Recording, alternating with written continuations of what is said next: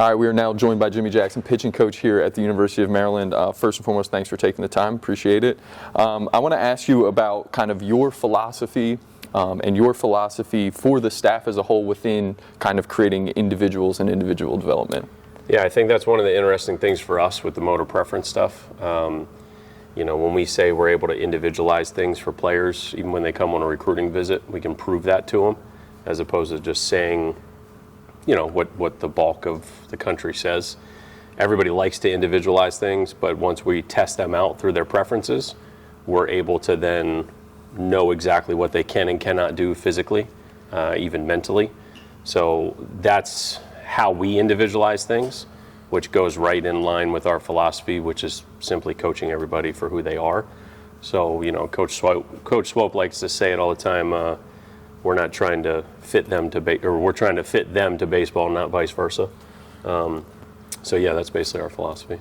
And then, I want to get into some of the tech that you guys use here, but we've developed so much, tech nowadays in pitching specifically. Guys are kind of built in labs. What are kind of some of the things that, though, you think that we could take more time getting back to? Since you've been doing this for a long time now, what are some things that we've kind of starting to leave behind because we're so focused on chasing a metric or chasing a number? What are some of the things that we're losing that you'd like to see us kind of? Honestly, I think it's just the pitching element, right? Like the mental side of the game, everybody talks about it. We all try to coach it. I feel like probably every coach in the world, except for maybe Allen, is probably the only one that teaches the mental game better than most of us. But as far as college coaches, it's probably something we're all lacking in, because we are trying to get them to throw harder, have better stuff, move better, etc. Sometimes we forget that aspect. We've added in some things this year that I've never done before for mental reasons, as part of their daily routines, just to stay away from too much lab work, as you like to call it. Mm-hmm. So yeah, that's something that's big for us. I mean, I think getting guys to pitch more often is only going to make them a better pitcher. So if all we're doing is training and throwing bullpens, we could become extremely good at throwing bullpens, but that doesn't necessarily translate to the mound. The same reason why no matter what drill set we give them with med balls, plyo balls, bands, water bags, you name it, we're trying to get that to translate to the mound. But then we're trying to get the practice mound to translate to the game. And if it's not, we have to piece together what we're missing, when we're putting the puzzle together. Because guys are getting so exposed to kind of the lab environment and some of this tech so early on, is it almost tougher for young guys to be able to, when they take this step up into the college game, to kind of leave this behind and get out there and just go compete? Yeah, I think it's guy to guy, right? Every year we're going to have 4 to 6 freshman pitchers, and usually have 2 or 3 that can definitely separate. They go into the game. They have zero thoughts on anything else besides getting the hitter out. And then you have 2 or 3 guys that start to get in their own heads, which I think that's where we come in, that we're trying to get them to separate the two. But it also depends on where they come from. If they come from a training facility and they're used to doing those things over time, I find it more difficult with them. Guys that have done more training on their own or with their high school / travel coach, they tend to have an easier transition, and from what I've noticed, into this level. Jumping into some of the tech stuff that you guys have a lot of great resources here. Ground force. Why is ground force important, and what can it kind of help guys do? Yeah, I mean, I think one of the things I've been big on for probably 15, 20 years is guys controlling their eyes and their feet, right? And then once I started to dive in and learn motor preference through Swope and his company, it all started to kind of add up for me the correct way, as opposed to assuming everybody needed to be fully grounded the entire time, creating as much pressure as possible.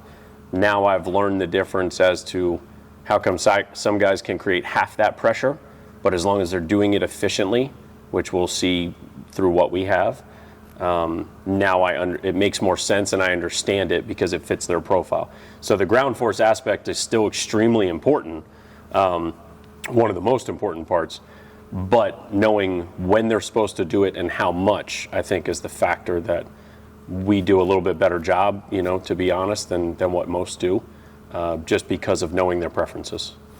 I think, hearing you talk about how creating, the most pressure as possible is kind of how you used to think about it. I think one of the biggest misconceptions about ground force and even working in this type of spaces that we're all just chasing velocity.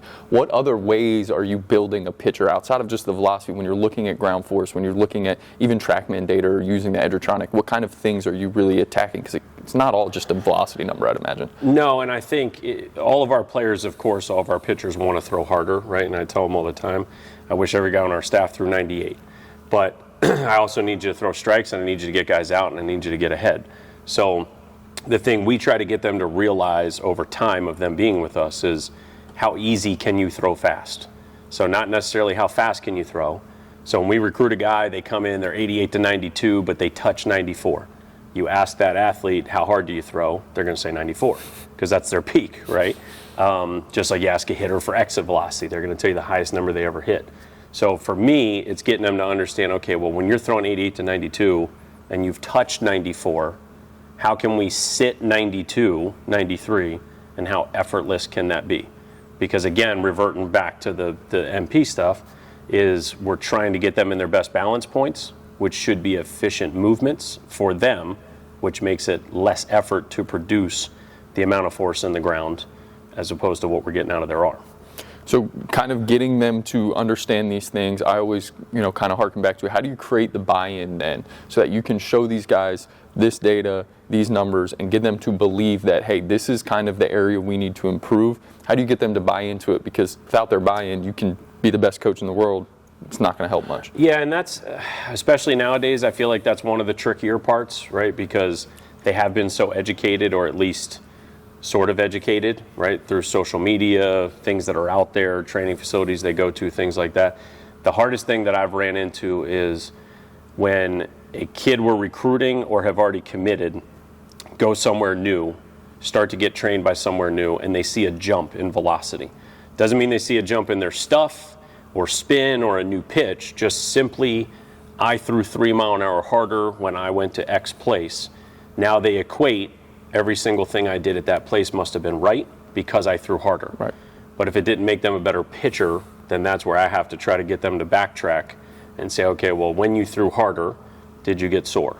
Did you get hurt? Maybe you tweaked your back and you think that has nothing to do with it, but we can prove that it does.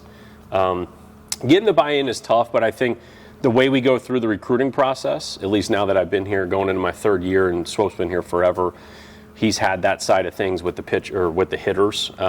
Getting me to do it with the pitchers has kind of taken a little bit of time to get them to understand when you come here, it's the reason why we're going to test you out and we're going to prove it to you on the visit.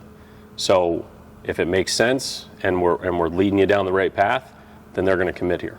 If they don't, then they're probably not going to buy in anyways. So I'd rather them go somewhere else. Sure. So I think the buy-in aspect to your question, it's tricky. It's definitely more difficult nowadays. I think years ago it used to just be whoever had the fanciest stuff and the biggest name, you were going to get guys. But guys always are constantly asking the development questions. So once we prove it to them on the visit, I think the buy-in starts there.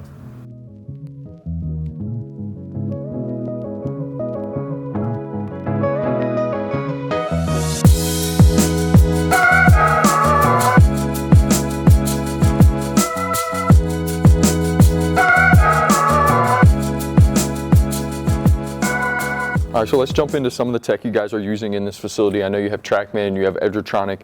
Kind of walk me through, do you break it up by parts of the year where in the fall you're diving a little bit more into pitch design and stuff like that, and in the spring it's a little bit less? How do you kind of break that stuff up and how are you utilizing it? Yeah, so we broke up our fall, I thought, extremely well this year. Now that we've been here as a staff for a few years, it worked out really well where we did 3 weeks of individuals where we could just basically collect data. Right, so whether it's from Sensor Edge, TrackMan, Edger, whatever, try not to mess with too many things right away. We didn't have a ton of returning pitchers. We had a lot of guys graduate, draft, whatever. So with maybe a couple of them, we started to tweak something small. With the other guys, we left it alone. And then that way we can go into the games, and now we'll have 6 weeks. So there's some guys where we can grab them mid-fall, and I'll say, okay, well, even if they struggle for a week or two, I don't mind, because we can start working on Edger and work on a grip or looking at their TrackMan, making sure that their pitch shapes are working for them and things like that. But we have built-in time on the back end, right? So as long as we don't feel like that person is tired, then we can go into some bullpens where we're just specifically focused on this stuff, which I tend to do more with older guys. I just think it can cloud the head of some younger guys at times, but again, it depends on the person, right? What are some of the things you're kind of looking at when you're diving into the TrackMan? Are there certain numbers that, depending on the guy, you're kind of staying away from, some that you might be looking at, hey, we need to improve this to improve the pitch? I feel like it's gotten to a point now where you could really bog yourself down in so much of the data that you kind of lose your entire repertoire, and now you're starting from scratch. Yeah, 100%. Yeah. I mean, I feel like I did that a little bit as a coach once I got TrackMan as a coach, where I previously was, and I started to maybe get too much into it, right? Which I think was negatively affecting a guy here or there. But then over time, coming here, getting used to it, understanding who can handle what, that's been a big change for me, a big help as I've gotten older. But at the same time, again, not to reference MP with everything, but it kind of is everything for us, where we know if a guy is a vertical supinator and he's axial, he's going to tend to have a higher slot. And if he's in a higher slot, we know we're going to stay away from a sweeper. Right. Like no matter what type of breaking ball he throws, even if it's horrible, we're never going to go to a sweeper. Just like if they're a horizontal guy from a sidearm slot, then we're never going to go to a curveball, and try to think a 12-6 type break. So things like that will help us as we go. Even yesterday we were talking about it with one of our guys and getting him to understand he still has the curveball mindset because that's the way he grew up throwing a pitch, but he also used to throw from multiple arm angles. And now that he's sticking with one and he's progressed extremely well to being a draft prospect this year, getting him to understand that it is going to be more sweeper slider, than curveball, just that simple thought of that could keep him healthier, especially for the fact that he's a pronator. So getting into supination too much can cause fatigue, so getting him to understand that he can't throw that pitch 60% of the time no matter what, no matter how good we make it, we're just not going to put him in harm's way with that. It all kind of goes together, flows together. One of the big things we look at when we are looking at TrackMan is making sure that if possible, we're trying to get their fastball shape or spin away from their arm slot, right? Okay. So if we have a lower slot guy and they can carry it, extremely good. Yep. If they can't carry it, then we have to really sink the ball. Right. So if they're at a 5-degree, 10-degree arm slot, they're going to need to be 0 to negative with their induced vert. So that can get a little tricky, but again, we don't really try to get into that too much at the beginning when they get here. We ran into it this year. We have a guy that came in that had been taught a splitter, and that's just a bad grip for him with his profile, with his arm slot. He's had some arm issues, luckily stayed away from surgery, but he's had some issues. So now moving forward, we're deleting that pitch, right? Because it just doesn't fit him, which I've ran into as a coach, coaching a lot of guys that have moved on to professional baseball. And a lot of times, again, things are trying to be fit to what that organization wants or needs, right, as opposed to what that person is physically capable of doing. How nice is it to then be able to make some of these adjustments? You talk about getting rid of a splitter, you talk about changing a breaking ball shape, having a TrackMan and being able to, I would imagine, shrink the window of making those adjustments because you're getting instant feedback right away, yeah? Yeah, I think it's tremendous. I mean, and we know that most males are visual learners, and we find out who's a visual learner, et cetera. But it's enormous. I mean, I wish to God I had it when I played.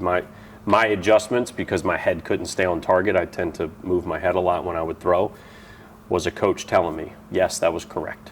Right. I couldn't literally see the ball doing what it was supposed to do. We have a lot of guys the same way. So then being able to look up at the screen and say, if they are not aware of any data stuff yet when they first get here, they just ask, is it good? And then we can explain it and show it and why. Sometimes they understand it and they know right away when they look up, they got it. And then tying in the Edgertronic with that, right? How important, as you kind of clean up ground force, as you kind of clean up mechanics, are you seeing that guys' hand positioning and slot can change without them knowing? And then are you having to go back and kind of redesign maybe a pitch based on their, whatever's new, whether the slot has changed or the hand position or whatever? Yeah, at times, I think, and that's one benefit we have this year because we didn't have edge or video in previous seasons here. I've never had it until here. I'd just been using the stock iPhone slow-mo, which helped. It was serviceable. Yep. But them using this, being able to really hone in on, okay, your thought is to have the middle finger be the last finger to touch the ball. Right. But we can show you that it was your ring finger that the ball was coming off of, right?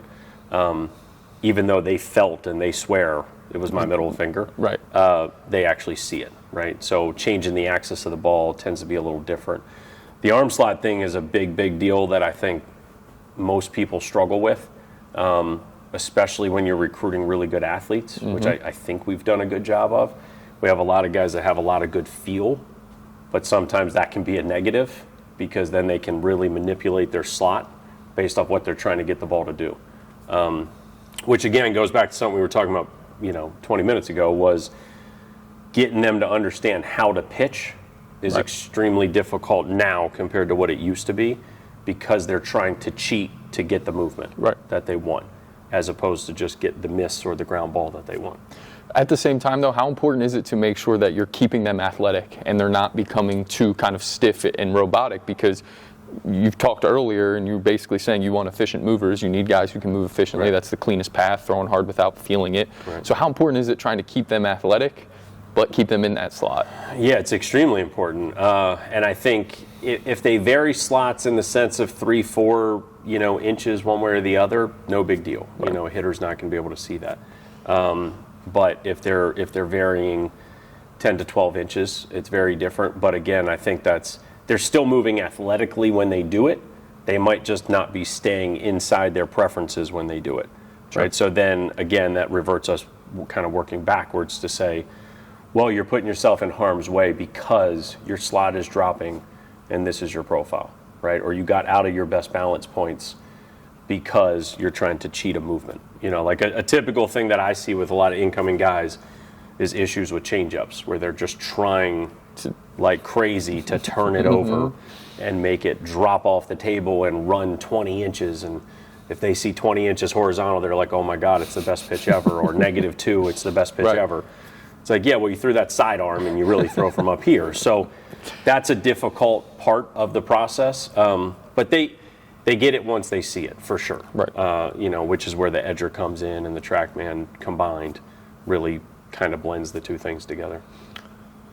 At the risk of maybe getting too far into the weeds here, have you looked at, how have you seen pitch design change even in the last 5 years since kind of this stuff started? There was a trend there where everybody was chasing high vert, right? And now things have kind of started to swing back. We understand that, like you were saying, playing to your slot's really important, and people are chasing sweepers.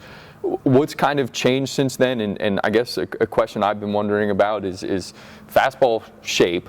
Right? Are you ever looking at creating two different shaped fastballs for one guy? So now if hitters pick up velo well, now one's maybe cutting, one's running. Do you look at that? What's kind of the biggest change that's going on now with pitch design? Yeah, and I think that's the funny thing looking back at it, right? When pitch design first became a thing, it was, not even TrackMan, but with a different company, and then we didn't even know that it wasn't exact data. We thought it was exact. I was under the impression it was exact. And I had a good friend of mine who now works with the Cubs, who used to work down at Tread and used to be at another facility in Virginia, Tyler Zombro, that was watching our bullpens one day, just kind of hanging out. He was from our area down at JMU. And I'm like, listen, man, I don't know what this thing is telling me, but I know nobody touches his fastball. Right. But this machine is telling me it's flat. Right. But I know it's not flat. Like, what am I missing? Yep. Even though he's 15 years younger than me, he understood this stuff way before I did. And he started talking about seam shift wake and all this other stuff, 8 years ago. So then I had to learn that. And I'm like, okay, well, if it's an algorithm that's telling us the movement, it's not going to be exact. Where TrackMan is going to be exact, seam shift wake or anything else gets put into play with TrackMan because it's following the ball the whole way. So that helped me a lot, but that's where pitch design for me changed, where you also have to remind these freshmen or junior college players coming in or transfers coming in we can't get into pitch design until you move well on the mound. Right. And once you become efficient and you're in your natural slot and everything else is working, now we can start playing around with this stuff or changing a new pitch. If that's the first thing we do, then their delivery, something's going to be missing.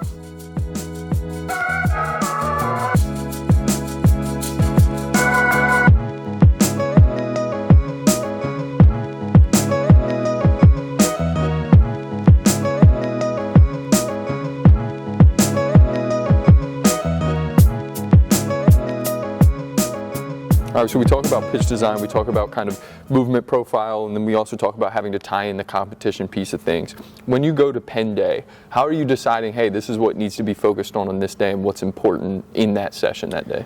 Yeah, so especially in season, we try to base everything off of our goal sheets after the outing. So we'll sit down together, me and that pitcher, whether they threw one batter or 7 innings. And not only are we checking off if we accomplished those goals or not as a starter or reliever, we're also saying, okay, if we didn't get ahead, right, like our 3 pitching staff goals are just first pitch strike, winning the first 3 pitches, so 2 out of 3, and then our K to walk. So let's say we're getting our first pitch strikes and we're at 65%, check the box, but we're only 50% winning 2 out of 3. Then we will design pens to where we say instead of just throwing 30 pitches and feeling like you're working on your slider, let's just put the batter in the box, the plastic guy, and simulate 3 pitches at a time, right? Catcher call the pitches, you're treating it game-like. Doesn't mean they're going game effort, but they have counts in their head, sure. Right? We're calling balls and strikes. So that's how I base it, is based off performance. Then we can decide what we need to do in the pen. If they're constantly throwing really well, like one of our main guys now was doing the first couple weeks, we could go into a bullpen and say, hey, we got to get this changeup better. You've never had this pitch your whole life.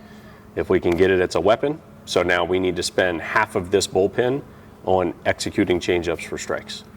I see on the whiteboard over here, pen focus over the rubber, over the plate.